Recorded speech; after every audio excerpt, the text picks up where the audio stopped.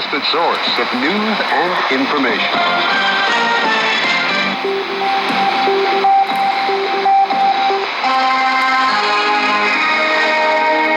From Washington, this is VOA News.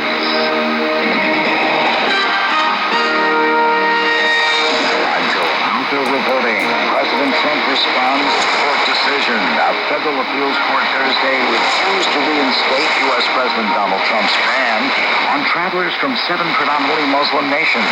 The three-judge panel from the 9th U.S. Circuit Court of Appeals in San Francisco unanimously declined to block a lower court ruling that suspended the ban and allowed previously barred travelers to enter the United States. President Trump responded just moments ago during a press conference with Japanese Prime Minister Shinzo Abe. We are going to keep our country safe. We are going to do whatever is necessary to keep our country safe. We had a decision which we think will be very successful. It shouldn't have taken this much time because safety is a primary reason, one of the reasons I'm standing here today, the security of our country. The voters felt that I would give it the best security. So we'll be doing something very rapidly having to do with additional security for our country. We'll be seeing that sometime next week. In addition, we will continue to go through the court process, and ultimately I have no doubt that we'll win that particular case. Anna Rose Mathiasen is a partner at the California Appellate Law Group in San Francisco who actively litigates the 9th Circuit Court of Appeals. Going to go up to the U.S. Supreme Court. So the U.S. Supreme Court can act quickly. They'll probably already have this flagged as something that's likely coming to them. At a news conference Thursday in Seattle, Bob Ferguson, the Attorney General for the state of Washington, which argued against restoring the Trump travel ban. We are a nation of laws. Those laws apply to everybody in our country, and that includes the President of the United States. Ferguson said the president's ban had real human consequences. This is VOA News. Turkey says a Russian airstrike has accidentally killed 3 Turkish soldiers in northern Syria. The Russian military says it was carrying out an operation targeting Islamic State. Russian President Vladimir Putin offered his condolences. Turkish President Recep Tayyip Erdogan approved a constitutional reform bill on Friday for holding a national referendum that would usher in a more powerful presidency. Speaking on state-run television, a deputy prime minister said the referendum on the issue is expected to happen on April 16th. In January, the Turkish parliament approved a new 18-article constitution to create an executive presidency along the lines of that in the United States and France. Now, the government said the changes, which will abolish the office of prime minister, will ensure more effective leadership, but critics say the changes will open the way for one-man rule. Humanitarian agencies are moving into areas of northeast Nigeria, once controlled by Boko Haram militants, and the scope of their mission looms large. Officials say millions of people are hungry, and some are even facing famine-like conditions. VOA's Joe DeCapua reports. When Boko Haram began its insurgency in 2009, it targeted 3 states: Borno State, where it was born, as well as Yobe and Adamawa. But violence also spilled over Nigeria's borders into Niger, Cameroon, and Chad. Nora Matitong is FAO's representative in Nigeria. 5.1 million people are food insecure in Adamawa, Borno, and Yobe states. Tall says among those 5.1 million people are about 120,000 facing famine-like conditions. There's a high mortality rate because they don't have enough to eat and don't have access to medical care. Joe DeCapua, VOA News, Washington. For more on this story, visit our website at voanews.com. The top U.S. commander in Afghanistan Armed Services Committee, he believes the U.S.-backed Afghan forces are in a stalemate in the 15-year-old war.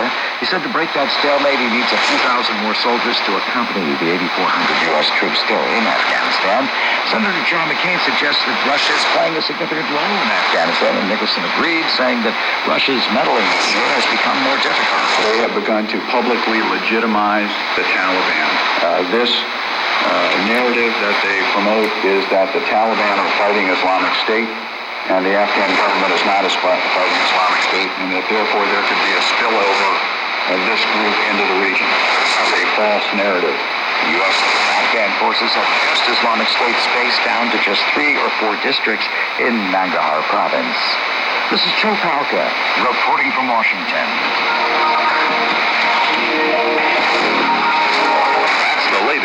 World News from VOA.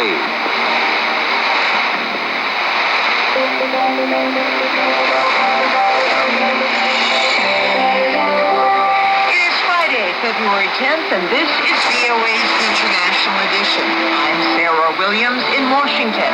Coming up, the Federal Appeals Court refuses to reinstate President Donald Trump's travel ban. Trump speaks by phone with Chinese President Xi Jinping. The conversation, the White House says, was extremely cordial. They talked about a lot of issues. And level up for the fashion coming up at Sunday's Grammy Awards. It's all ahead.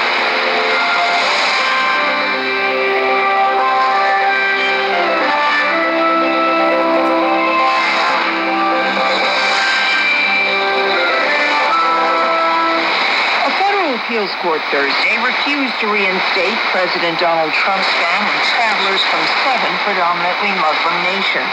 The 3-judge panel from the 9th U.S. Circuit Court of Appeals in San Francisco unanimously declined to block a lower court ruling that suspended the ban and allowed previously barred travelers to enter the United States.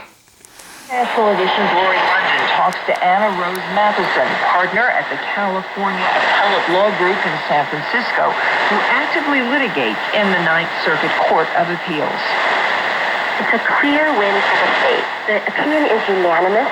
So all 3 judges, including a Bishop Holtby, agreed in the result. And the opinion goes through, kind of at the heart of it, finds that the government has not shown it is likely to succeed on the due process claim the state makes. Our procedural posture is somewhat odd here because the state moved in the district court to try to get an injunction, to try to get the president's orders stopped and not enforced.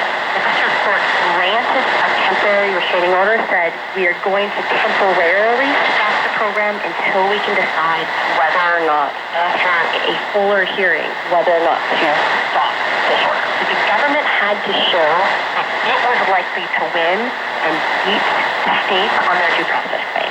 At the heart of the opinion, the court rules that the government has not met its burden of showing it is likely to succeed on the due process.